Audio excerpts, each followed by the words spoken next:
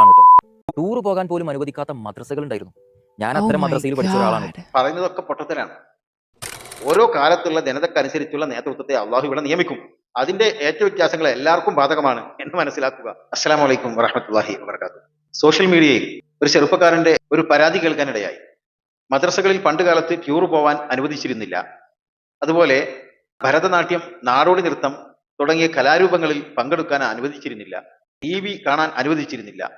ഇങ്ങനെ പല രീതിയിലുള്ള ആക്ഷേപങ്ങൾ, ആരോപണങ്ങൾ, പരാതികൾ, വിവരമില്ലായ്മയോ അതല്ലെങ്കിൽ അദ്ദേഹത്തിന് തോന്നുകയാണ് ഞാൻ കുറച്ച് പബ്ലിക്കിൽ വലിയ സംഭവമാണ്, കുറച്ച് വിശാലമായ ഒരു ചിന്താഗതിക്കാരനാണ് എന്നൊക്കെ ധരിച്ചുകൊണ്ട് അദ്ദേഹം സ്വയം ആളായിക്കൊണ്ടുള്ള ഒരു സംസാരങ്ങളാണ് കേൾക്കാൻ കഴിഞ്ഞത്. പറയുന്നതൊക്കെ പൊട്ടത്തരാണ്. ഒരു വിഷയത്തെ സംബന്ധിച്ച് ഓരോ കാലഘട്ടത്തിന്റെയും സാഹചര്യങ്ങൾക്കനുസരിച്ച്, ഓരോ കാലഘട്ടത്തിന്റെയും വിശാലതക്കനുസരിച്ച് കാര്യങ്ങൾ മനസ്സിലാക്കാനും അത് ചിന്തിക്കാനും അതോടൊപ്പം കാര്യത്തിന്റെ യാഥാർത്ഥ്യത്തെക്കുറിച്ചുള്ള ബോധ്യവുമില്ലാത്ത വളരെ കുടുസായ സംസാരങ്ങളും പരാതികളുമാണ്. എന്താണ് അദ്ദേഹം പറയുന്നതെന്ന് നമുക്കൊന്ന് നോക്കാം. ടൂർ പോകാൻ പോലും അനുവദിക്കാത്ത മദ്രസകൾ ഉണ്ടായിരുന്നു. ഞാൻ അത്തരം മദ്രസയിൽ പഠിച്ച ഒരാളാണ് കേട്ടോ. ടൂർ പോകണം എന്നുണ്ടെങ്കിൽ മദ്രസയിൽ നിന്ന് പെർമിറ്റ് ഉണ്ടാവില്ല. സ്കൂളിൽ ടൂർ പോകണം എന്നുണ്ടെങ്കിൽ, ഇനി സ്കൂളിൽ വല്ല കലാപരിപാടികൾ ഉണ്ടെന്നുണ്ടെങ്കിലോ അതിന് മദ്രസ ഉസ്താദ് വിലക്കും. നിങ്ങൾ കേട്ടില്ലേ? സ്കൂളുകളിൽ നിന്ന് ടൂർ പോകാൻ അനുവദിച്ചിരുന്നില്ല എന്നതാണ് അദ്ദേഹത്തിന്റെ ഒരു പരാതി. മറ്റൊന്ന്, കലാപരിപാടികൾക്ക് ഉസ്താദുമാർ അനുവദിച്ചിരുന്നില്ല എന്ന്. ഇവിടെ നാം ചിന്തിക്കേണ്ട ഒരു കാര്യമുണ്ട്. പഴയ കാലത്ത് ഉസ്താദുമാരായിട്ടുള്ള ഏറ്റവും പരിശുദ്ധമായ രീതികളിലൂടെ, ജീവിത സാഹചര്യങ്ങളിലൂടെ കടന്നു പോകുന്ന ഉസ്താദുമാരെ സംബന്ധിച്ചിടത്തോളം ഒരു പുതിയ ഒരു വിഷയം വരുമ്പോൾ അതല്ലെങ്കിൽ ഒരു തിന്മയ്ക്ക് കാരണമാവാൻ സാധ്യതയുള്ള സകലതിനെയും നിഷേധിക്കുകയും അതിന് പ്രോത്സാഹനം നൽകാതിരിക്കുകയും ചെയ്യുന്ന ഒരു സാഹചര്യത്തിലൂടെയാണ്, ഒരു പരിശുദ്ധിയുടെ കാലത്തിലൂടെയാണ് മുൻഗാമികളൊക്കെ കഴിഞ്ഞു പോയിരുന്നത്. അതുകൊണ്ട് തന്നെ അവർ തെറ്റുവരാൻ സാധ്യതയുള്ള എല്ലാ സാഹചര്യങ്ങൾക്കും അവർ പുറംതിരിഞ്ഞു നിൽക്കും. അതിനോടവർ നിസ്സഹകരണം കാണിച്ചുകൊണ്ടാണ് അവരുടെ ജീവിത രീതി തന്നെ. അത്രയും പരിശുദ്ധരായിരുന്നു പഴയ കാലത്തെ ആളുകളൊക്കെ. എല്ലാവരും, അതായത് എല്ലാ മതങ്ങളിലും, ഒരു മതം എന്ന് പറയേണ്ടതില്ല, ആ പഴയ കാലത്തെ നല്ല നല്ല കാരണവന്മാരാണെങ്കിൽ അവർ ആ കൃത്യമായ ആ മതത്തിന്റെ ആ പരിശുദ്ധിയോടുകൂടെ സാമൂഹികമായിട്ടുള്ള ഭദ്രതയോടുകൂടി അവർ കുട്ടികളെയും അവരുടെ ജീവിത രീതികളെയും ക്രമീകരിക്കുന്ന കാഴ്ച നമുക്ക് കാണാറുണ്ടായിരുന്നു. അതുപോലെ തന്നെ അവർക്കിടയിൽ പരസ്പര സ്നേഹങ്ങളും, പല മതങ്ങളിലാണെങ്കിലും എല്ലാവരും ഇഷ്ടത്തോടുകൂടി സ്നേഹത്തോടുകൂടി പരസ്പരം ഒരുമിച്ച് ജീവിക്കുന്ന നല്ല കാഴ്ചകളായിരുന്നു ആദ്യകാലത്ത് നാം കണ്ടിരുന്നത്. ഇന്ന് എല്ലാ കാലങ്ങളിലും എല്ലാ മേഖലകളിലും മൂല്യച്യുതി കണ്ടുകൊണ്ടിരിക്കുന്നു. അതുകൊണ്ട് തന്നെ പഴയ കാലത്തെ ഉസ്താദുമാർ ഒരു തെറ്റു വരാൻ സാധ്യതയുള്ള, പരപുരുഷ സമ്പർക്കം വരാൻ സാധ്യതയുള്ള കാര്യങ്ങളൊക്കെ അതിനെ അവർ നിരുത്സാഹപ്പെടുത്തിയിരുന്നു എന്നതാണ് നമുക്ക് അവരുടെ ആ ജീവിതത്തിൽ നിന്ന് കാണാൻ കഴിയുന്നത്. അതിനർത്ഥം അവരുടെ ആ നിലപാട് തെറ്റായിരുന്നു എന്നല്ല. അന്നത്തെ സാഹചര്യവും അവരുടെ പരിശുദ്ധിയോടുകൂടിയുള്ള ആ ജീവിത ക്രമങ്ങളും അനുസരിച്ചുകൊണ്ട് അവർക്ക് അങ്ങനെയുള്ള കാര്യങ്ങളോട് പൊരുത്തപ്പെടാൻ സാധിക്കുമായിരുന്നില്ല. അതാണ് അവിടെ നാം മനസ്സിലാക്കേണ്ടത്. അതിന്റെ അടിസ്ഥാനപരമായ ഒരു കാര്യം, വമാ യുഅദ്ദി ഇലൽ ഹറാമി ഫഹുവ ഹറാമുൻ, നിഷിദ്ധതയിലേക്ക് കൊണ്ടെത്തിക്കുന്ന കാര്യങ്ങളൊക്കെ നിഷിദ്ധമാണ്. അപ്പോൾ ഇങ്ങനെയുള്ള ഈ ടൂറ് പോലത്തെ കൂട്ടമായിട്ടുള്ള പരപുരുഷ സമ്പർക്കത്തിന് സാധ്യതയുള്ള സകല കാര്യങ്ങളോടും അവർക്ക് അത്ര താല്പര്യമില്ലാത്തത് കൊണ്ട്, അത് അവർക്ക് പ്രോത്സാഹിപ്പിക്കാൻ കഴിയാത്തത് കൊണ്ടായിരുന്നു അവർ അങ്ങനെ ചെയ്തിരുന്നത്. അത് അവരുടെ കൃത്യമായ റൂട്ടിൽ അവർ സഞ്ചരിക്കുന്നത് കൊണ്ടാണ്. ഇന്നത്തെ സാഹചര്യം നാടോടുമ്പോൾ നടുവുകൂടി ഓടുക എന്ന് പറഞ്ഞതുപോലെ എല്ലാ കാര്യങ്ങളിലും മൂല്യച്യുതി സംഭവിച്ചിട്ടുണ്ട് എന്നുള്ള സത്യം നമുക്ക് അറിയാവുന്ന കാര്യമാണ്. അതുകൊണ്ട് തന്നെ ആ കാലഘട്ടത്തിനനുസരിച്ച് കാര്യങ്ങൾ വായിച്ചെടുക്കണം എന്ന കാര്യം നാം പ്രത്യേകം മനസ്സിലാക്കേണ്ട ഒരു കാര്യമാണ്. പക്ഷേ ആ സഹോദരൻ ആദ്യകാലത്തെ ഉസ്താദുമാർ ടൂറിനെ വിമർശിച്ചിരുന്നു എന്ന് പറയുന്നുണ്ടെങ്കിൽ ഇന്ന് അത് നടക്കുന്നില്ല, ഇന്നത്തെ ഉസ്താദുമാർ അപ്ഡേറ്റഡ് ആണ്, അവർ ഇങ്ങനെയൊക്കെ ചെയ്യുന്നു എന്ന് പറയുമ്പോഴും ഈ സുഹൃത്ത് മനസ്സിലാക്കേണ്ടത് ഇദ്ദേഹം, ഈ പരാതിപ്പെടുന്ന ഈ വ്യക്തി അപ്ഡേറ്റഡ് അല്ല എന്നുള്ള കാര്യമാണ്.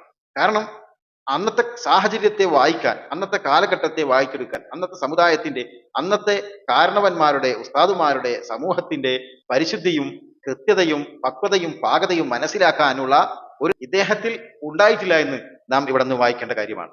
അത് തന്നെയാണ് ഇവിടെ മനസ്സിലാക്കേണ്ടത്. ഈ രണ്ടു കാലഘട്ടത്തിന്റെ ഈ സമൂഹങ്ങളുടെ ഈ കൾച്ചർ വായിക്കാനുള്ള അപ്ഡേഷൻ ആ ചെറുപ്പക്കാരനിൽ ഉണ്ടായില്ല എന്നത് നാം ഇവിടെ നിന്ന് മനസ്സിലാക്കുക തന്നെ വേണം. അതാണ് ഇതിന്റെ യാഥാർത്ഥ്യം. പിന്നെ ആദ്യകാലത്ത് കുട്ടികളെ കൊണ്ട് സിയാറത്ത് ടൂർ പോകുന്നു, അതുപോലെ തന്നെ ഉല്ലാസയാത്രകൾ നടത്തുന്നു, ഇതൊന്നും ഉണ്ടായിരുന്നില്ലല്ലോ. അന്നത്തെ സാമ്പത്തിക ഭദ്രതയൊക്കെ അത്രയും ദയനീയമായിരുന്നു. അതുകൊണ്ട് നല്ല ടൂറുകൾ പോലും സംഘടിപ്പിക്കാത്ത കാലഘട്ടത്തിൽ ഉള്ള ടൂറുകളാണെങ്കിലോ പരപുരുഷ സമ്പർക്കമുള്ള രീതിയിലായതുകൊണ്ട് അതിനോടവർ താല്പര്യം കാണിച്ചിരുന്നില്ല. അത് തന്നെയാണ് അവിടെ നിന്ന് മനസ്സിലാക്കേണ്ട കാര്യം. ഇവിടെ ഇന്ന് ടൂർ പോകുന്നു, അന്ന് ടൂർ പോയിരുന്നില്ല എന്ന് പറഞ്ഞ് ഈ കാലഘട്ടത്തെ വായിക്കാത്ത പരാതികൾ എന്ന് പറയുന്നത് ചവറ്റുകൊട്ടയിലേക്ക് ഇടുക എന്ന് മാത്രമാണ് നമുക്ക് പറയാനുള്ളത്. കൂട്ടത്തിൽ പറയാതിരിക്കാൻ വയ്യ. ഇന്നത്തെ യാത്രകളിലും ഈ പരപുരുഷ സമ്പർക്കമോ നിഷിദ്ധമായ കാര്യങ്ങളോ വന്നു ചേരുന്നത് 100% പൂർണ്ണമായും അത് ഇല്ലാതിരിക്കുക തന്നെ വേണം. അതും നമുക്കിതിൽ കൂട്ടി വായിക്കേണ്ട കാര്യമാണ്. ആരെങ്കിലും എന്തെങ്കിലുമൊക്കെ ചെയ്യുന്നത് ദീനിന്റെ പേരിൽ ചാർത്തപ്പെടരുത് എന്ന് പ്രത്യേകം നാം മനസ്സിലാക്കുക. എനിക്കിന്ന് മനസ്സിലാകുന്നത്, ജനശ്രദ്ധ പിടിച്ചു പറ്റാൻ എന്തെങ്കിലും ഒരു കണ്ടന്റ് അന്വേഷിക്കുന്നവർ അവസാനം എത്തിപ്പെടുന്നത് ഇസ്ലാമിനെ വിമർശിക്കുക എന്നതാണ്. അപ്പോൾ പെട്ടെന്ന് ആളുകൾ അതിലേക്ക് ശ്രദ്ധിക്കും. അങ്ങനെ ഒരു താല്പര്യം ഇതിന്റെ പിറകിലുണ്ട് എന്നുള്ള കാര്യത്തിൽ യാതൊരു സംശയവുമില്ല എന്ന് പ്രത്യേകം ഞാൻ ഉണർത്തുകയാണ്. അങ്ങനെയാണ്. തനിക്ക് പുതിയ കണ്ടന്റ് ഇല്ല, കണ്ടന്റിന്റെ ദാരിദ്ര്യമുള്ളവർ നേരെ ഇസ്ലാമിനെതിരെയാണ് പറഞ്ഞാൽ പെട്ടെന്ന് ആളുകൾ അത് ഏറ്റെടുക്കും, അത് കേൾക്കും, ആരും ഒന്ന് കേട്ടു നോക്കും. പ്രത്യേകിച്ച് ഇസ്ലാമിനെതിരെ ചിന്തിക്കുന്ന ആളുകൾ അതൊന്ന് കേട്ടു നോക്കും, അത് അവർ ഷെയർ ചെയ്യും, അതങ്ങനെ വ്യാപിക്കും. ഇവിടെ നാം ചിന്തിക്കേണ്ട ഒരു കാര്യമുണ്ട്. നാം മനുഷ്യരാണ്. മറ്റൊരാളെ നോവിച്ചുകൊണ്ടുള്ള ഒരു കണ്ടന്റ് ഉണ്ടാക്കിയെടുത്തുകൊണ്ട്, ഇല്ലാത്ത ഒരു കാര്യം ഉണ്ടാക്കി ഒരു പുതിയ കണ്ടന്റ്, പച്ചക്കളവായിട്ടുള്ള കണ്ടന്റ് എടുത്തുകൊണ്ട് നാം വന്ന് നമ്മളിവിടെ ആളായിട്ട് ഒരു കാര്യവും ഇല്ല എന്നുള്ളതാണ്. പിന്നെ അദ്ദേഹം പറയുന്ന ഒരു കാര്യമുണ്ട്, കേട്ടു നോക്കാം. ചില കാര്യങ്ങൾ അങ്ങനെയാണ്, അംഗീകരിക്കാനും തിരുത്താനും സമയമെടുക്കും. ചില കാര്യങ്ങൾ അങ്ങനെയാണ്, തിരുത്താൻ സമയമെടുക്കുന്നത്. എന്താ ചില കാര്യങ്ങൾ അങ്ങനെയാണെന്ന് പറഞ്ഞാൽ? ചില കാര്യങ്ങളല്ല, ഏതു കാര്യത്തിനും അടിസ്ഥാനപരമായി ഇസ്ലാമിൽ മാർഗനിർദ്ദേശങ്ങളുണ്ട്. അതനുസരിച്ച് കൊണ്ട് എക്കാലത്തെയും ആലിമീങ്ങളും ആ ഒരു വിശ്വാസധാരയെ ഫോളോ ചെയ്യുന്ന ആളുകളും അംഗീകരിച്ചിട്ടുണ്ട്. ഇത് അംഗീകരിക്കാത്തത് കൊണ്ടാണ് ഇതിനെതിരെ ശബ്ദിക്കുന്നത് എന്ന് ഈ പ്രിയപ്പെട്ട ഈ സുഹൃത്ത് മനസ്സിലാക്കണം. പരിശുദ്ധ ഇസ്ലാമിനെതിരെയുള്ള ചിന്താധാരകൾ വളർന്നുകൊണ്ടിരിക്കുന്നു എന്ന് വേണം നീ മനസ്സിലാക്കാൻ. ഇന്നത്തെ ഉസ്താദുമാർക്കും അതുപോലെ തന്നെ കമ്മിറ്റി ഭാരവാഹികൾക്കും ഒക്കെ ആ മൂല്യച്യുതി മാറ്റി നിർത്തിക്കൊണ്ട് ഇസ്ലാമികമായിട്ട് തന്നെ ഈ കാര്യങ്ങളൊക്കെ ചെയ്യാൻ സംവിധാനങ്ങളും സൗകര്യങ്ങളും സാമ്പത്തിക ശേഷിയും ഉണ്ടായതുകൊണ്ട് ശുദ്ധിയോടുകൂടി ഏറ്റെടുത്ത് പ്രവർത്തിക്കുന്നു എന്നാണ് ഇവിടെ നാം മനസ്സിലാക്കേണ്ടത്. നല്ല ബുദ്ധിയോടുകൂടി ചിന്തിക്കുന്നവർ ഇങ്ങനെയാണ് മനസ്സിലാക്കേണ്ടത്. സ്വയം അപ്ഡേറ്റഡ് അല്ലാത്തത് കൊണ്ടാണ് ഇത് അപ്ഡേറ്റഡ് ആയ ഉസ്താദുമാരെ കൂടി ഒന്ന് പൊക്കി വെച്ചുകൊണ്ട് ഈ ഒരു പരിശുദ്ധ മതത്തിന്റെ ദർശനങ്ങൾക്കെതിരെയുള്ള ഈ സംസാരം ഉണ്ടാവാൻ കാരണമെന്ന് ഞാൻ ഉണർത്തുകയാണ്.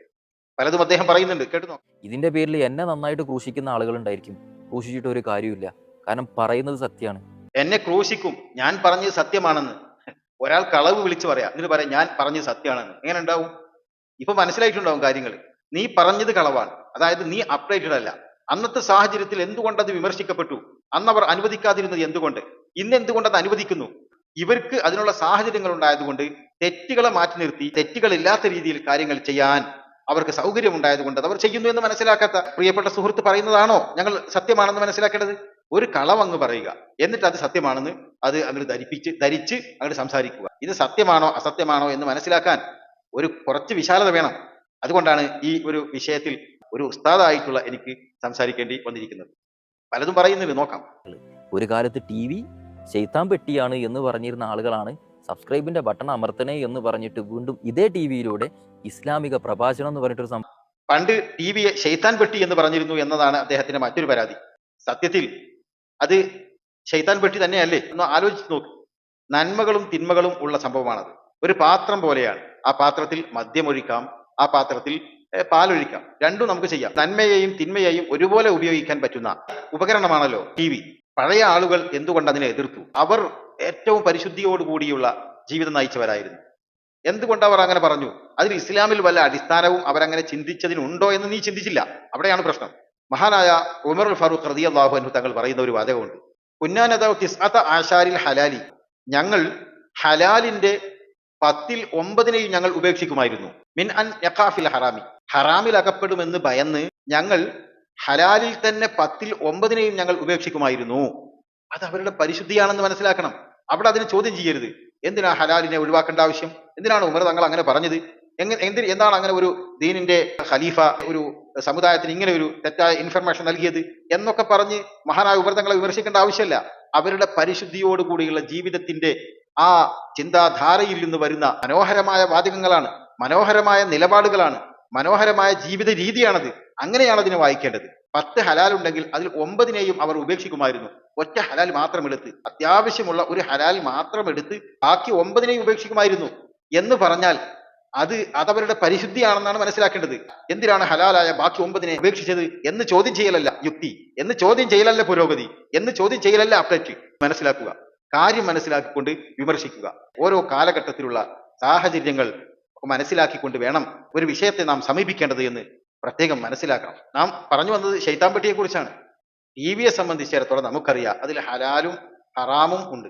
അനുവദനീയമായതും നിഷിദ്ധമായതും ഒക്കെ ധാരാളം സുലഭമായി അതിൽ ലഭ്യമാണ്. അതിനെങ്ങനെ വേണമെങ്കിലും ഉപയോഗപ്പെടുത്താം. ഈ ഒരു കാര്യം കൊണ്ടായിരിക്കാം പഴയ ആളുകൾ ശൈത്താൻ പെട്ടി എന്ന് വിളിച്ചത്. അത് ഒരു ദീനിൽ അടിസ്ഥാനപരമായി ഖുർആനിലോ ഹദീസിലോ അല്ലെങ്കിൽ ഗ്രന്ഥങ്ങളിലോ ഒന്നും ടിവിക്ക് ശൈത്താൻ പെട്ടി എന്നൊന്നും കാണാൻ കഴിയില്ല.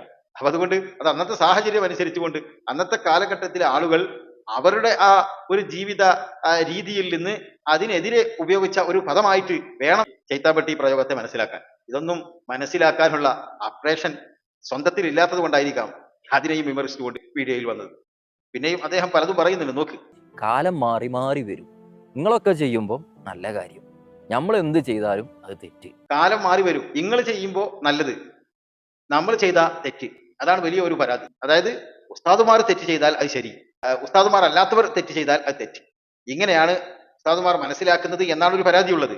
പ്രിയപ്പെട്ട സുഹൃത്ത് മനസ്സിലാക്കേണ്ട ഒരു കാര്യം, എന്താണ് ഇതിന് മറുപടി പറയേണ്ടതെന്ന് പോലും അറിയുന്നില്ല. തെറ്റ് ആര് ചെയ്താലും തെറ്റ് തന്നെയല്ലേ? ഒരാൾ ലഹരി ഉപയോഗിച്ചു, അത് ആര് ഉപയോഗിച്ചാലും ഇവിടെ തെറ്റാണ്. ഇസ്ലാമിൽ ഉസ്താദുമാർക്കൊരു നിയമം, സാധാരണക്കാർക്ക് ഒരു നിയമമൊന്നുമില്ല. എല്ലാവർക്കും നിസ്കാരം 5 വക്ത്, എല്ലാവർക്കും ലഹരി നിഷിദ്ധം, എല്ലാവർക്കും തെറ്റ് തെറ്റ് തന്നെ, എല്ലാവർക്കും ശരി ശരി തന്നെയാണ്.